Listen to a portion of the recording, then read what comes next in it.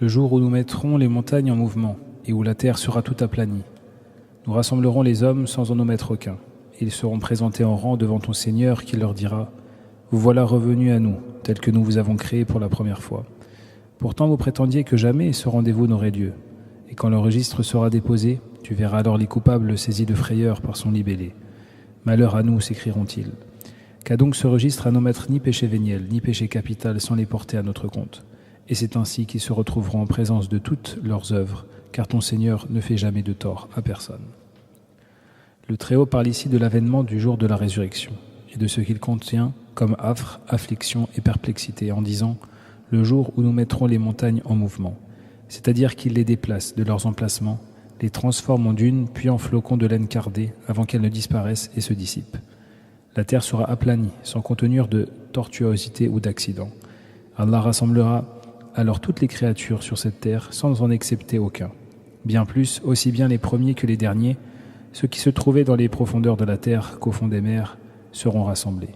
Ils seront ressuscités après avoir été réduits en poussière et rassemblés en rang devant leur Seigneur, afin d'y être jugés selon son jugement équitable, qui ne souffre d'aucun tort ou d'injustice.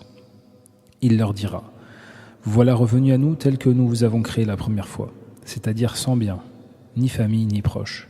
Ils n'auront avec eux que leurs œuvres qu'ils auront accomplies et ce qu'ils auront acquis comme bien et mal, comme le dit le Très-Haut. Vous voilà donc revenus à nous, un par un, tels que nous vous avons créés pour la première fois, ayant abandonné derrière vous tout ce que nous avons octroyé.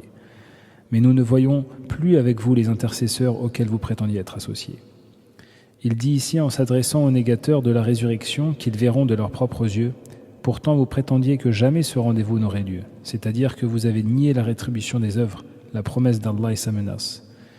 Or vous venez de les voir et de les goûter. Dès lors seront présentés les registres dans lesquels les nobles anges ont inscrit les actes des hommes. Les cœurs seront affligés de les voir et les âmes seront envahies par la perplexité et l'anxiété.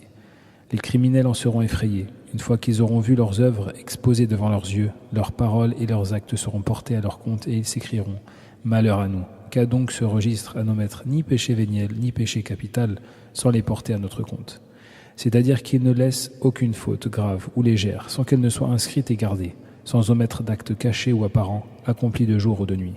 Et c'est ainsi qu'ils se retrouveront en présence de toutes leurs œuvres sans pouvoir les nier, car ton Seigneur ne fait jamais de tort à personne. Ils seront alors rétribués pour leurs œuvres et ils reconnaîtront cela. Ils seront désavoués et mériteront le châtiment en raison de ce qu'ils auront fait, car ton Seigneur ne fait jamais de tort à personne et ils ne seront pas en dehors de sa justice et de sa bienfaisance. Rappelle-toi lorsque nous avons dit aux anges « Prosternez-vous devant Adam ». Ils se sont tous prosternés à l'exception de Shaitan, qui était du nombre des djinns et qui refusa d'obéir à l'ordre de son Seigneur.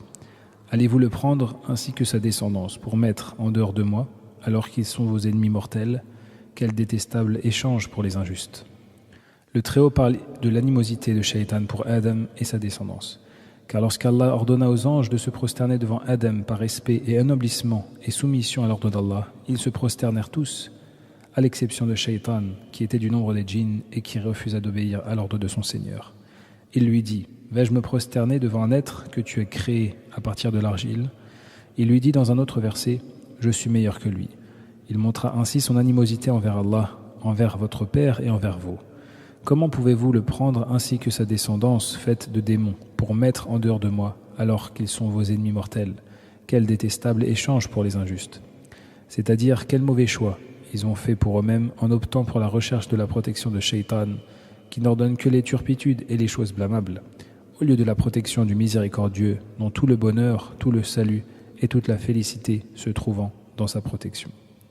Il y a dans ce verset une incitation à considérer Shaitan comme un ennemi en citant la cause impliquant cela, et en disant que seuls les injustes peuvent faire cela. Quelle injustice est pire en effet que de prendre son vrai ennemi pour un protecteur en laissant le vrai protecteur digne de louange? Le Très-Haut dit « Allah est le protecteur de ceux qui croient. Il les fait sortir des ténèbres vers la lumière, alors que les mécréants ont pour protecteurs les démons, qui les font sortir de la lumière vers les ténèbres. Il dit aussi « Ils ont pris les démons comme protecteurs en dehors d'Allah. » Je ne les ai pas pris pour témoins lors de la création des cieux et de la terre, ni lors de leur propre création, car je n'ai jamais fait appel au concours des corrupteurs. Un jour, Allah dira aux infidèles « Appelez à votre secours ceux que vous prétendiez être mes associés, et ils les invoqueront, mais ils ne recevront d'eux aucune réponse, car entre les uns et les autres, nous aurons ouvert un abîme. Le Très-Haut dit : Je n'ai pas pris comme témoins les démons et ces égarés lors de la création des cieux et de la terre, ni lors de leur propre création. C'est-à-dire que je ne les ai pas fait assister à cette création, ni je ne leur ai demandé leur avis. Comment dès lors peuvent-ils avoir une part dans cette création ? Bien au contraire, le seul créateur qui dispose des choses, qui possède la sagesse et détermine les choses, est Allah, le créateur de toutes choses, qui dispose d'elles avec sa sagesse.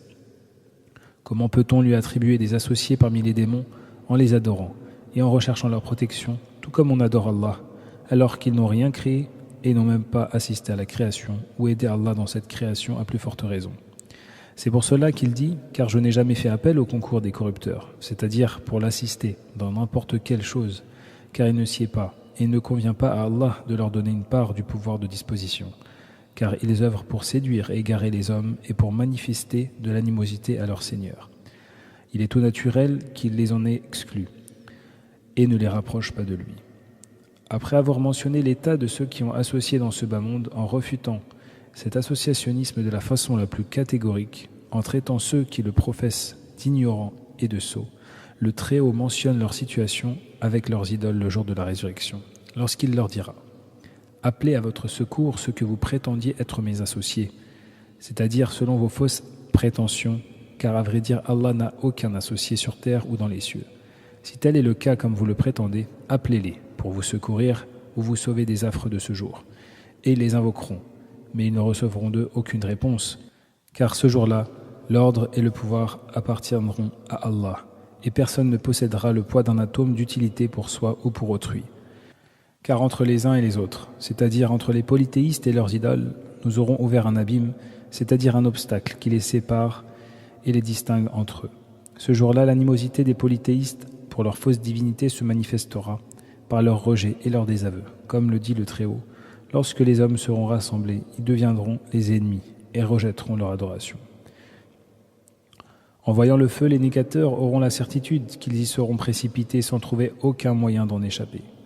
C'est-à-dire que le jour de la résurrection, lorsque la reddition des comptes aura lieu et que chaque groupe se sera distingué par ses œuvres et que la décision du châtiment se sera imposée contre les mécréants qui verront de leurs propres yeux la géhenne avant d'y être précipités, ces derniers se retrouveront dans une grande anxiété, sachant qu'ils vont y être précipités, sans trouver aucun moyen d'y échapper, c'est-à-dire aucune alternative pour échapper à leur sort, ni d'intercesseur sans sa permission. Il y a là comme mise en garde et avertissement ce qui est de nature à effrayer les cœurs et les âmes.